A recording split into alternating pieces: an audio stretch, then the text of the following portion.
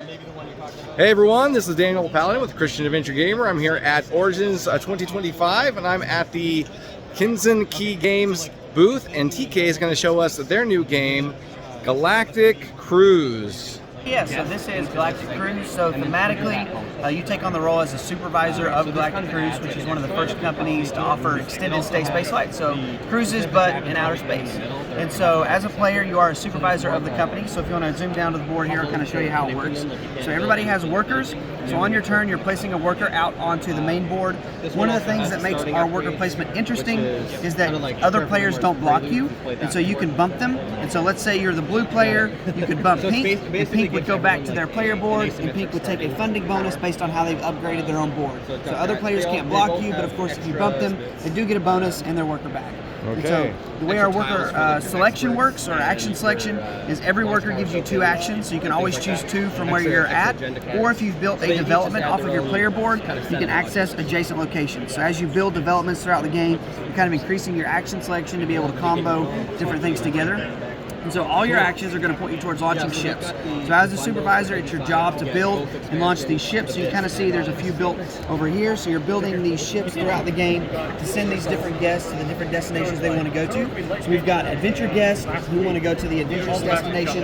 We've got family guests who want to go to the family destination. And then we've got relaxing guests who want to go to the relaxing destination. And so you're trying to kind of synergize these by building ships that cater to the different types of guests, and then of course sending them to the destinations they want to go to. And so instead of sending a worker out on the board to take your actions, you can instead place them in your launch tower to trigger a launch. So this is going to kind of represent a 5-second countdown as they ride up the elevator, triggering all the steps to launch, such as paying for your resources, scoring points, and so forth. And then your worker becomes a pilot. So there are different itineraries, or what we call cruise tiles in the game.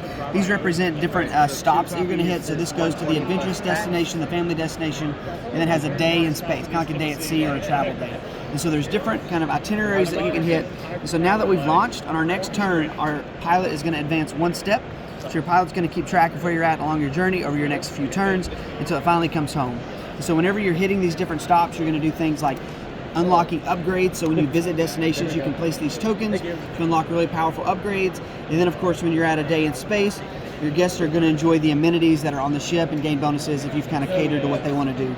So your pilot will eventually return home, which you'll get back, and then your ships are fully reusable. So throughout the game you'll be launching 3, 4, 5, 6 times. If you want to come over here, I'll kind of show you how the game progresses. So it's played over 3 years of the company. So thematically, you are a supervisor vying for a CEO position. He's retiring in 3 years, so you're trying to take his spot. And so every year, you're going to track your progress. So every time you launch a ship, you'll add a cube, or if you complete one of these public objectives that are different every game, you'll add a cube to the track. And after each year, we have some mid-game scoring.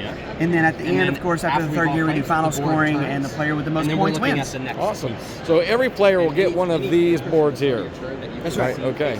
And then what triggers end game? Yeah, so once all 3 years have been complete, we finish the round, do 1 more, and then just do some in-game scoring. So okay, so it's 3 rounds and then final round, right? So it's 3 years, so it's not really based on rounds. So players will typically take 18 to 20 turns, but it's very player-driven. So if players are playing quickly and launching a lot, it'll be a quicker game versus if they're slow playing, it could go on for a little longer. Awesome. Thank you so much, TJ. Thanks.